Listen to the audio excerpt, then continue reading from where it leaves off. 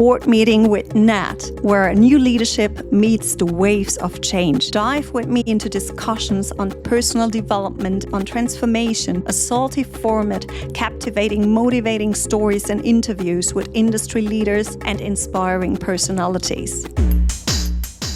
I'm your host, Natalie Kirkoroglu. Today, we have a very special guest, Ole Hoyer. He is leadership coach. He works with top executives. Hello, Ole. How are you feeling today? Hey, Natalie, I'm feeling really good. Thank you for giving the opportunity to be here. Tell our listeners a little bit about your background, who you are. Yes, of course. Yeah, my name is Ole Hoyer. I'm Danish, 50 years old. And I've been living in Portugal for almost 3 years. Been in the leadership space since 2005, so it's almost 20 years. And what a journey that has been, you know. I'm very passionate and driven by growth and development. I've been in my own setup, since 2008, delivering leadership programs around how to build resiliency and capacity. And why is it so important for leaders to become a holistic leader? I had a conversation with a client. We started to talk about how they measure leadership, what is included in that. And often you have your performance, you get some feedback from your employees, how well you lead, and it's typically done with some sort of a survey. And based on that, that's kind of do your performance review, right? But there's not a lot of companies still that have fully included, what about my health? What about my well-being? What about my personal life? How do I make sure that I also add that? It's kind of expected that if you're a really good leader,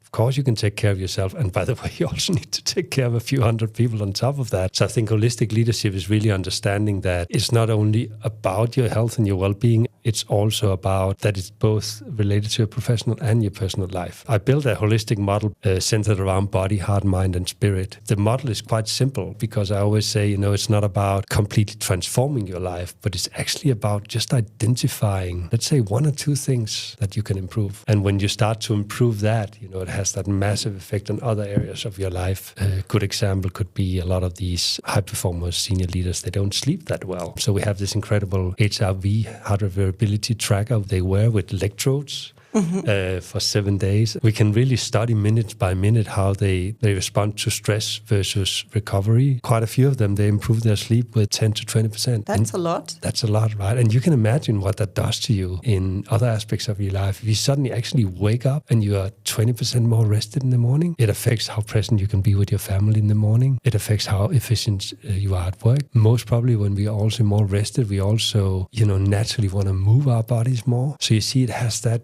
ripple effect. Just a few adjustments you need to apply into your life and boom, suddenly a lot of things are starting to happening for your growth, your development, your performance, how you show up as a leader, how you show up in your personal life. So very powerful and yet very simple approach. So Ole, how do you handle a situation where a leader is resistant to change? I have a wonderful story. I had the opportunity to take a CEO and his leadership team from a company in Scandinavia, 20,000 employees. And I was taking that leadership team, 5 people, through a training in this beautiful hotel right on the water. The day before, I get a call from the HCRO, the head of HR, and he's like, the CEO is very stressed because the COO has a lot of resistance to this training. I'd send a simple questionnaire asking about stress, leadership, water intake, physical training, and apparently that COO had a lot of resistance. And my first response to that CHRO was just, it's great. That's amazing. He has resistance. Where's that? And I said, if there's no resistance, there's no potential to grow. So let him be with that resistance and just give the CEO a call and say, it's going to be fine, And just tell him that Ole said that the more resistance you have, the greater potential there is to grow. So that's your trick. You kind of say it's good to feel really your good. feelings. Yeah. So it's like, it's all right to be authentic, to feel whatever you feel. Yeah. And if it's like, oh, I don't like that right now, it's all right. Exactly. And to let the people be who they are in that moment. I was on your website and I saw you wrote this wonderful blog article, why leaders should have a love chair and practice the love chair. What is the love chair? Yeah, I was working with leadership team for a leading technology company, and a part of the program was for them to look at the strategy for the coming 18 months. There's a lot of inner conflicts in the teams. It was a sales organization. There's always someone who always delivers, and then there's someone that is kind of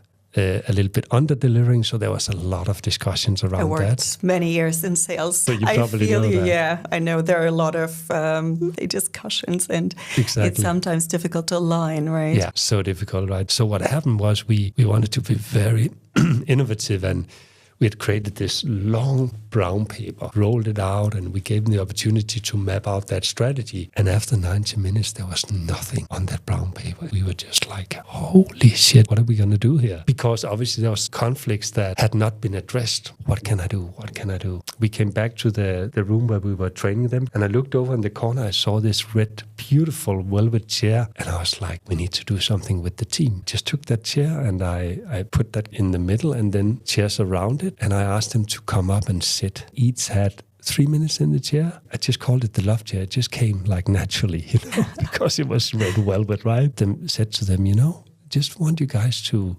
praise each other for what you are really amazing at as a leader, as a colleague, or as a friend. And they had 3 minutes each to just really shower each other with love. How did it change the situation? I'm so curious now. When you create a session, or when you create some sort of an opportunity to bring yourself into the heart is so intelligent. There's more signals being sent from the heart to the brain than from the brain to the heart. So there's a lot of wisdom in the heart. So when you facilitate an exercise around just being in the heart. And it was very specific. I said to him, there's nothing about joking about something and say, haha, you also like this or that. It's not that. You're just purely giving love to the other person. And it's not about you did this good and you can do this better. We all know that whole thing about feedback. In many ways, it's so powerful when we sit and we receive feedback, but it's also super uncomfortable often because we kind of know that something comes. Then you come with a hammer. Yeah, and then you come with a hammer. Very few people actually know how to deliver that hammer in a compassionate way. And the love chair is just purely about that.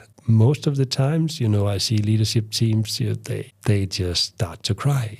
They start to open up. You create that love chair and you immediately create that intimate space. That's often what leadership team says, that, wow, we came out of this journey here and we feel that we can talk about everything. And of course, it's so important at the end of the day, because when the shit hits the fan, when the sales results are down with 20%, right? What tends to happen is the head of the organization start to push his people and the leaders start to push their teams. And it's not always necessarily in the best way. It's very fear-driven. The better we know each other, the more intimate we can be, the better we can also stand together when we really have to be innovative or deliver. I feel like some companies or some teams are very open for it. But I think it's really brave to bring something like this in.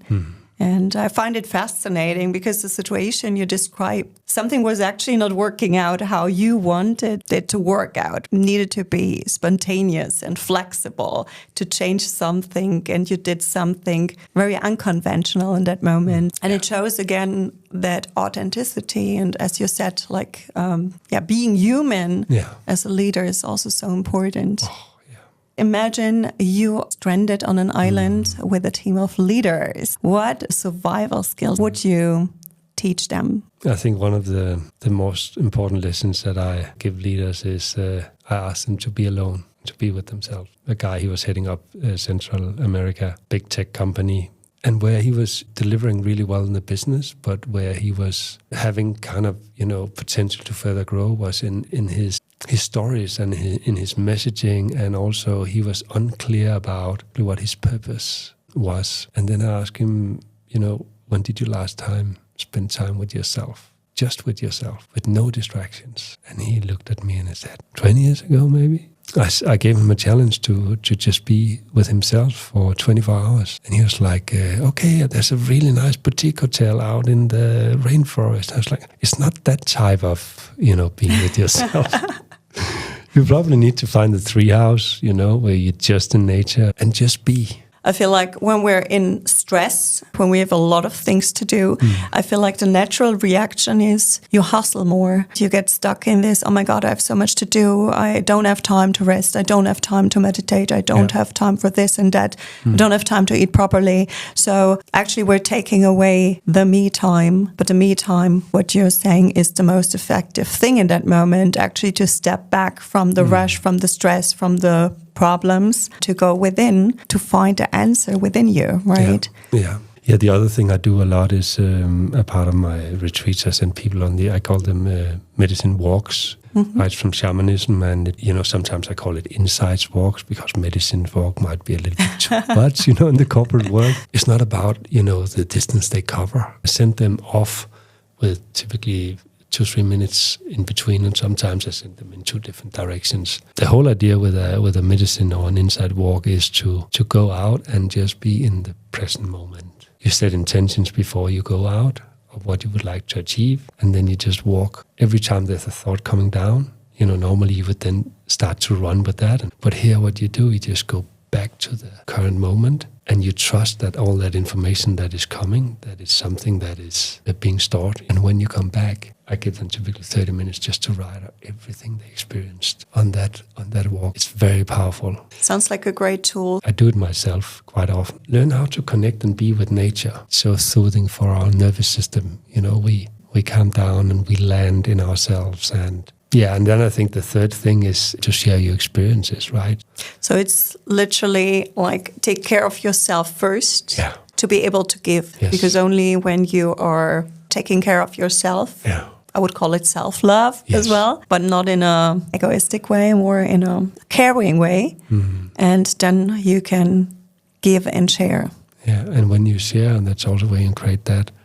It's funny because we always ask these leadership teams, what's the biggest gain? And a lot of them comes back around. We feel we have that intimate space, or we feel that we can actually allow ourselves to share about these things that are important for us, right? A big exercise we do is around core fears, right? Because our fears are constantly coming up. What are core fears? Could be a fear of being abandoned. Could be a fear of not being good enough. Could be a fear that you don't feel any sort of belonging. Could be a fear of not being loved. And, most of it stems from childhood, stems from how we grow up. We all have these fears. The problem is if we don't voice these fears, they become our fuel. And if we're not aware of them, then we are shooting them in all directions into the organization. Then it gets toxic. Yes. So we've had some really profound experiences also having senior leaders sharing their core fears. And I had a really profound one where a gentleman was sharing about his childhood and how he grew up, how he lost his dad very early.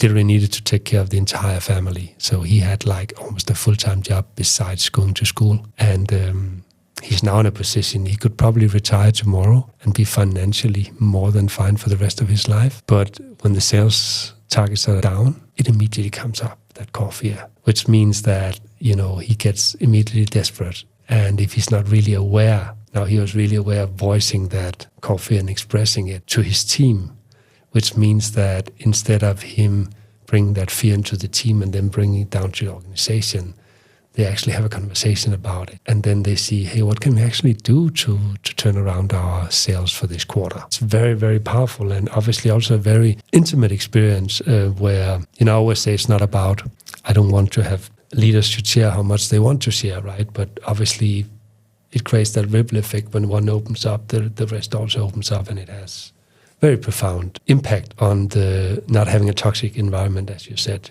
So it's not just to open people up, it's actually having a positive impact on the business as well. Leadership today, the way it's viewed is that it's really complicated, it's hard, it's complex. If you're very driven towards continuously developing, working on yourself, I think leadership can also be effortless. I developed a whole new concept around what I call effortless leadership. We've had around 750 senior leaders in Deutsche Telekom, the big telco in Germany.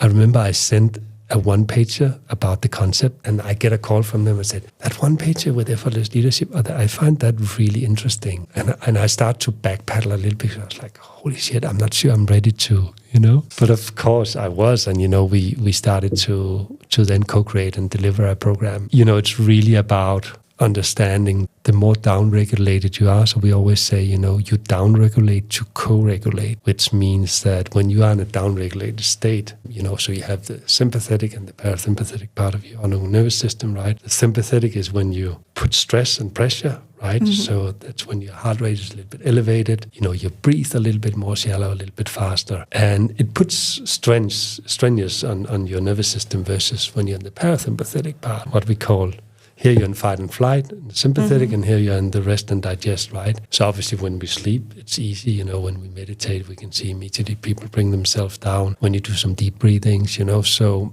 to understand that we are all nervous systems and we have an impact on each other. You can only also be, by the way, in the prefrontal cortex, in that part of the brain where you have what we call the executive functions, when you are in a downregulated state, which means that when you are there, you have more capacity to deal with challenging situations, relationships-wise, handling conflicts, being more innovative, being more creative, making better decisions. So a big part of effortless leadership is for leaders to understand that. It's probably one of the biggest takeaways, like realizing that you can, it's almost like you're creating some sort of an aura around you. You kind of know these leaders, right? That comes in and you feel they are super relaxed, they're present, they listen, they're not stressed, they don't bring the stress into the meeting, and what that actually does to the whole energy in the room.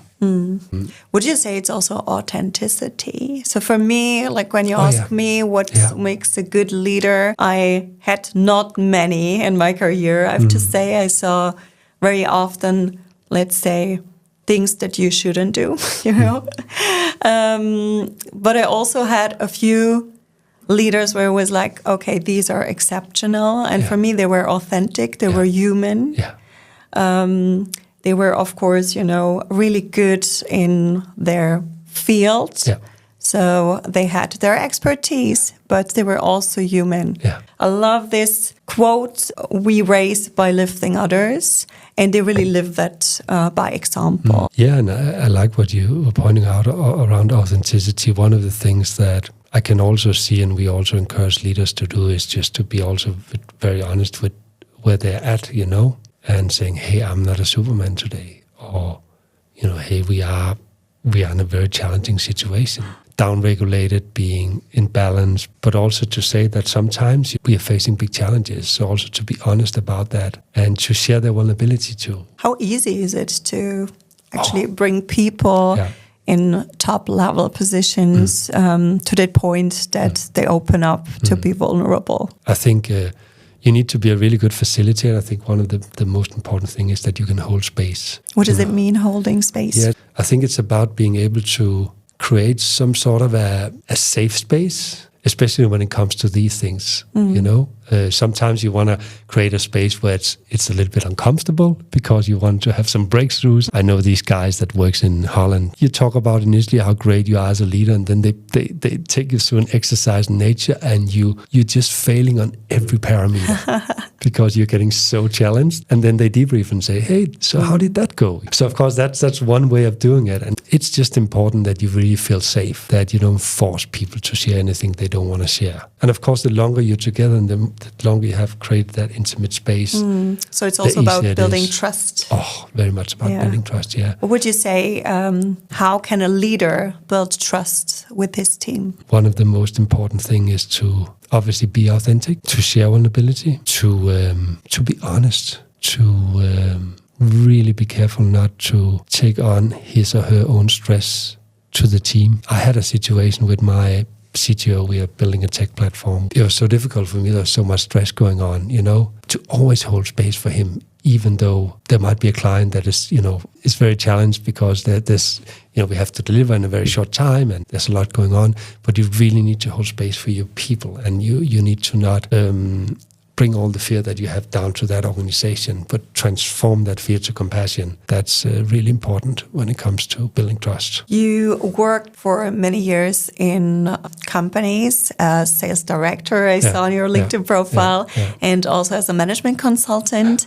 What did you learn from that time about leadership? I mean, that time there was not so much leadership. The best leader I've ever had is one of my best friends today. He's in his 70s, a guy called Ole, and that was actually from my time in the bank. I started working in the bank many years ago. I met him in London when I was working there, and such an inspiration in terms of the way he empowered me, the way he gave me opportunities, the way he trusted me. He had been traveling the world with his company for many years, and was such a big inspiration for me. Such a big inspiration that I said at that time, one day I want to have my own company and be able to travel the world, you know? Wow. So you often hear that these, even Tony Robbins, or you say other very inspirational people, you know, Maybe it was a teacher that saw something in you and just put that light in you, so you started to trust that.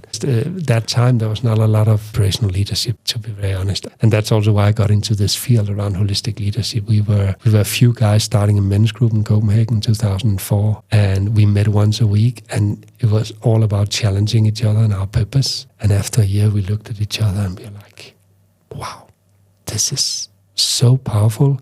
We need to bring this out in the world. And that's how we actually started initially bringing a holistic concept from the US to Scandinavia. And then I started my own company in 2008 based on some of these experiences, and also me having been in California for a while, living there. I got very inspired from everything. Look back the last 10 years, what would you say has changed in general in leadership? I think leaders has become much more aware about that they really need to grow their heart. I always say from the model, body, heart, mind, spirit, I think most leaders, if they dive deeper into their heart and understand the intelligence of their heart, they will experience, tremendous growth, and also how people view them as leaders, right? I often say one of the most important thing you can do as a leader is very simple. You want your employees to feel seen, to feel heard, and to feel listened to, right? So just to practice that is a lot about being able to connect to the intelligence of the heart. Also just the shift in awareness and consciousness. I mean, when we initially started, we meditated with people and did yoga. This was 2005, 6, 7, 8, And companies was like, what is this, And you see today, it's an integrated part of most cultures. Biggest shift I've seen is that many more leaders are today aware that they need to be better humans in order to lead better. One of the biggest challenges for a CEO today is that he cannot keep his leader on board for long enough time. And also the number one reason for why employees leave companies is because of poor leadership, right? Absolutely. And it costs the companies so much money. So of course they are aware to create interventions that can prevent that. Can they just stay on for a year longer? And talk about 10,000 leaders in a global company. I mean, if they can just stay on for a year more, look at the business case in that. Let's talk about technology. What would you say? How does technology already shape leadership? I think where there is a missing link, and that's kind of my big vision to try to close that gap, is that leadership is a $77 billion market yearly, right? And if you look at how much impact that is measured around leadership, it's actually not a lot. I think they say 11% can be related to improvement in the business. And typically what I see and where I can see technology can make a difference is, first of all, I just heard it from a board discussing in one of the biggest European companies, leadership has to be fun. It has to be fun, right? It has to be relevant. Right. So when I asked recently 10 of my best friends who are all in really good leadership positions, tell me about your leadership development. 9 out of 10 said, I'm kind of forced to go through, and it's not really necessarily relevant for me. And also, often leadership is dictated, right?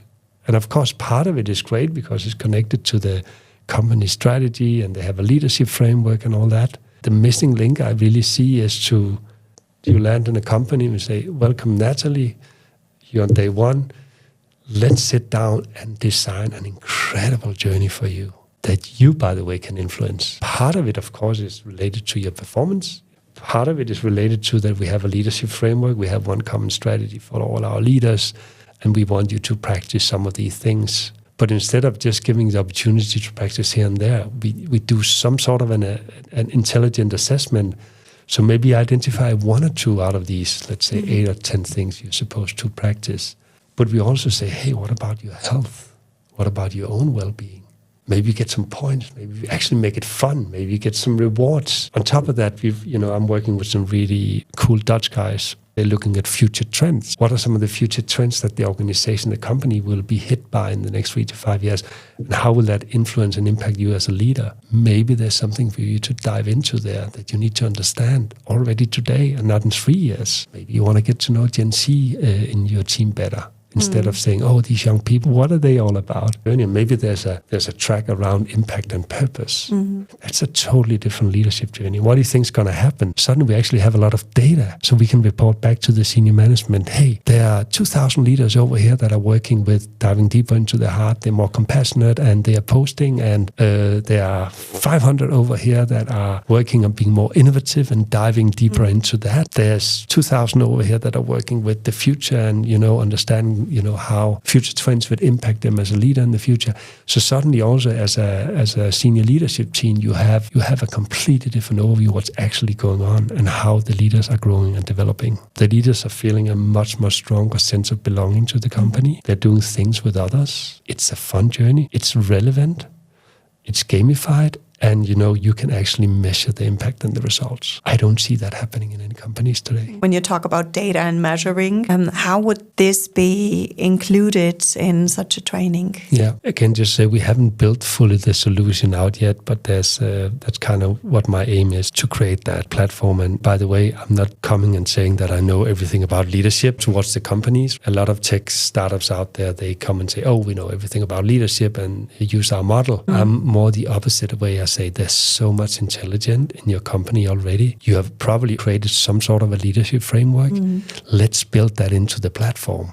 But then also let's add other things, other modules that are so highly relevant and important. What has to be included is continuously loops of feedback. And very important that there are feedback from externals, right? There are feedback from your leaders. There are feedback from your employees. There's also feedback from your friends and your family. You're doing really well on your business results, but you get feedback that, you're never home. I'm going to divorce you in 3 months. I mean, how do you think that's going to... And this has an impact as well, right? On you as a leader. And then, of course, there's something about, data privacy. But I always say, whenever I take leadership teams through my training, I need a lot of data on them, because you cannot run away and hide from data. Whether it's an HRV device or we have a Resilience 360 where we ask everyone to give you feedback on what you should...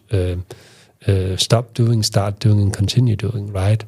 And they also evaluate you on certain questions related to either your personal and professional life. So data and that loop of feedback is, that's what we did in the men's group, right? Every week we sat down and we learned so much from that experience. By tracking your behavior? Or, yes. Yeah. Right? And often the feedback you get that are the most uncomfortable feedback. And then we come back to it ideally has to be delivered in a non-violence, loving, way. But that feedback is often the most profound feedback where someone is seeing you better than you see yourself. There's something I need to change here. How is AI influencing this whole thing? I'm very curious if you have an opinion about AI. Yeah. Because I think AI is now everywhere, right? And it changes so many areas. I just jumped on a call with someone from Novartis 2 days ago, and he showed me how they're using AI. Absolutely incredible. It's literally going to change the way we work when it comes to leadership. I know a professor from New York who's building an AI tool for leadership, and it's very inspiring, and it's really connected to these daily situations that you most potentially would be challenged by. With the help of AI, you get some support on how to then deal with. So let's say you need to fire your COO tomorrow because of poor performance. You can literally use his AI to prepare well for that conversation. And you can also use a lot of AI already to do that, but he has just divided into a much more structured approach where he's looking at what are some of the real situations that we are facing as leaders and how can we get the full support to actually deal better with them. Leadership becomes very hard if every time we have to come up, based on our own experience with that feedback or how to handle that conflict. So you can use AI to get so much support and help, which just makes you a much more efficient leader. 2 days ago, I actually used AI to reject the job.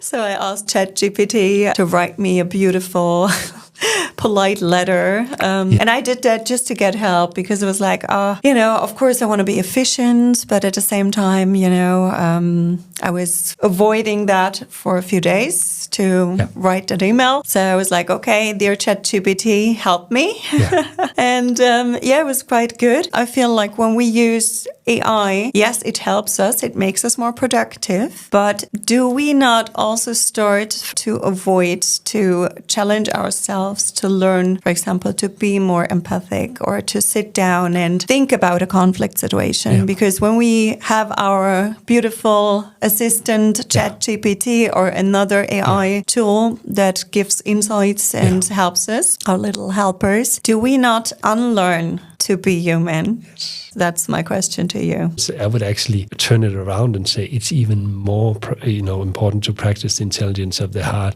to practice your intuition, to practice how to, to really be there for your people. And then with the support of AI, making you more productive and you being able to better select based on that you have access to that part in yourself. So it goes hand in hand. I think so, yes. Because I'm just thinking about a situation, for example, if you have to lay off people in your team, of course you could ask ChatGPT to give you a nice content, like a good content for the email that you write to the people that you're laying off, or maybe instruction how to have a conversation with the team around this difficult topic.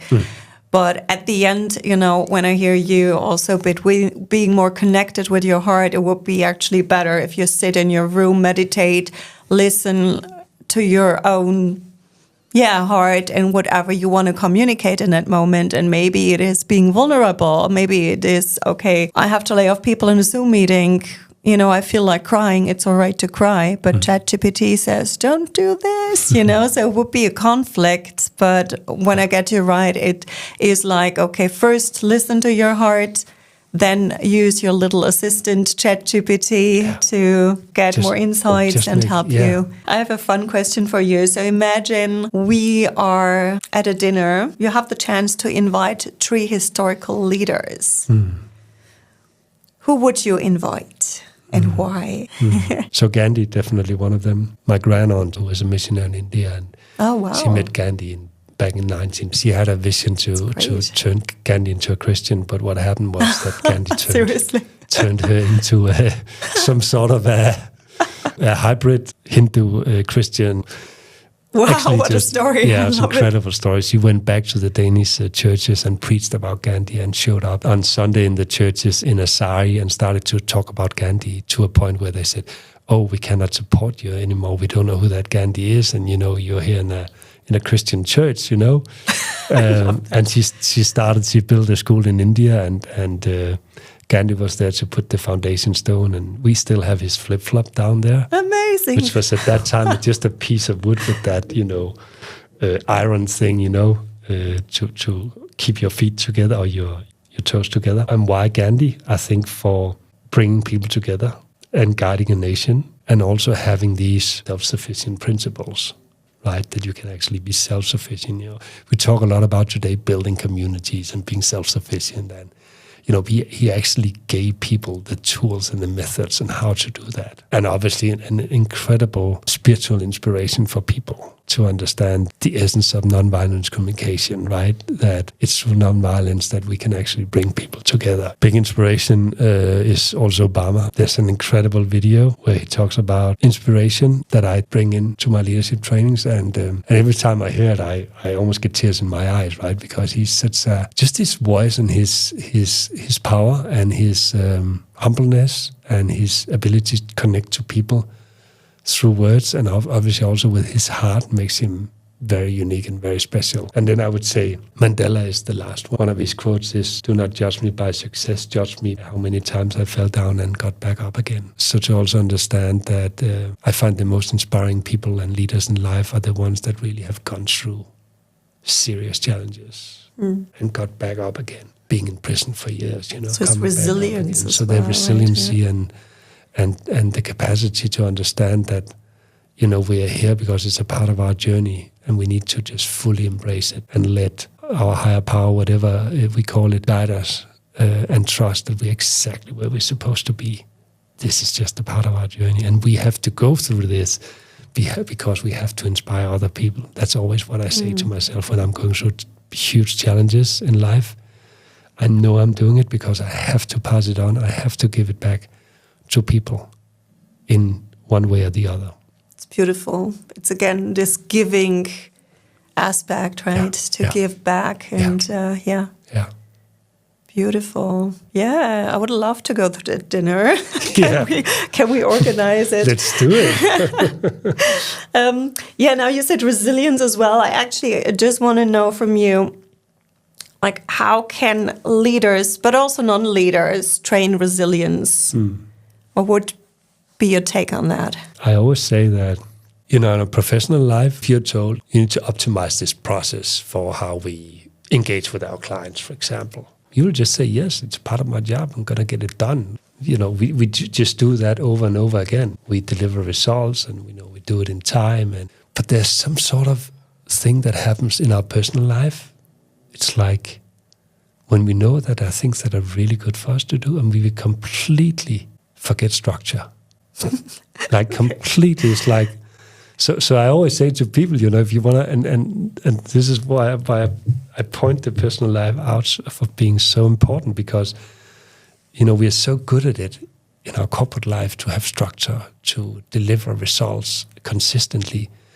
But when it comes to our personal life, often we don't have that, right? So I think to really understand and build resilience is to have some incredible good routines in your personal life, and understanding that structure and these routines is actually not limiting you, but because you have them, they're carving out space for you to not only be more efficient, but also to be able to dive into more maybe areas of your life where you are curious about growing and developing. So everything from, our bedtimes, how we make sure we have a little bit more of a stabilized blood sugar, throughout our days, how we take time out to have power naps and to do these things that really calms and bring our nervous system down, being in nature, and of course, spending time connecting with our loved ones and being fully present with them, with our friends, with our families that are so important. So actually really looking at building more structure and building better routines, and also break these routines. After 9 p.m. is not a good idea with devices. I mean, the melatonin that automatically I'm still trying that. kicks in our, prayer gland, it's kind of saying, hey, Natalie, it's time for you to actually consider going to bed, And if we then do the opposite and say, I work so much more efficient between 10 and 12, already there, you go to bed at 12, you maybe get up at 8, versus if you actually go to bed at 10 and get up at 6, there's a huge shift and change there if you can follow that circadian rhythm, right? So just to say that I think that's one big theme for people to be aware of, that structure and good routines, and identifying these 2 to 3 things that we just do because we actually, it's probably a way of numbing ourselves, because we don't have the capacity to do anything else, so we just scroll on that goddamn screen, instead of actually going to bed because we are so overwhelmed. And maybe that's another thing, leadership overwhelm and overwhelm in general, understanding that most of us are overwhelmed on a daily basis. Overwhelmed on what? On information? On life. And the reason for why we get overwhelmed is because we have resentment to other people, we have fears, we have anxiety, and we get angry. And often what happens is we don't take the responsibility for that. An example could be a colleague is calling you up and saying, Natalie, there's this situation, I didn't take the time to deliver, but this was the best I could. And then you're kind of, as kind as you are, you said, okay, that's okay, I'm going to take care of it. And then you put the phone down and you're like, I didn't want to do that actually. And you maybe get a little bit angry. And it stacks up, right? Another situation comes and you're not fully expressing your needs. So it's actually not being authentic in that situation, right? Yeah, right. So it stacks up on a daily basis. We don't get it expressed. We don't get it out of our systems. And there are resentments flying around in companies from the past, from situations that, we have never looked at and we've never dealt with. And as soon as we have that overwhelm, we cannot be downregulated. Right, we talked about the importance of being down-regulated. You can co-regulate, and then you might end up blowing up when you come home, and it's nothing to do with your family. And often we don't feel that overwhelm because we're so stressed, right?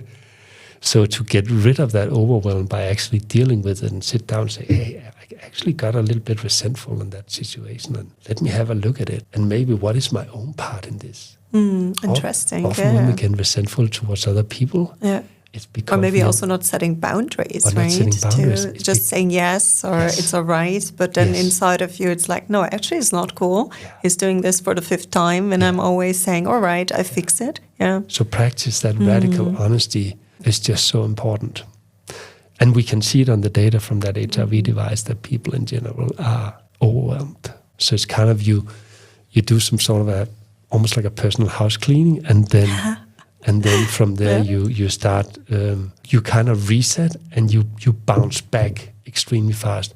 You know that situation, there's been a conflict. How much time do you spend on that before you actually solve it? Yeah, energy especially. This is what I feel sometimes, that not necessarily in job situations, but in general, right? Sometimes you have this conflict and you're just procrastinating to solve it, right? And then when I'm looking back, I'm like, wow, I wasted so much energy instead of, eating the frog, instead of sitting down, connecting to myself, as you mentioned before, and then like, okay, let's solve it, immediately. But of course, before checking in with yourself.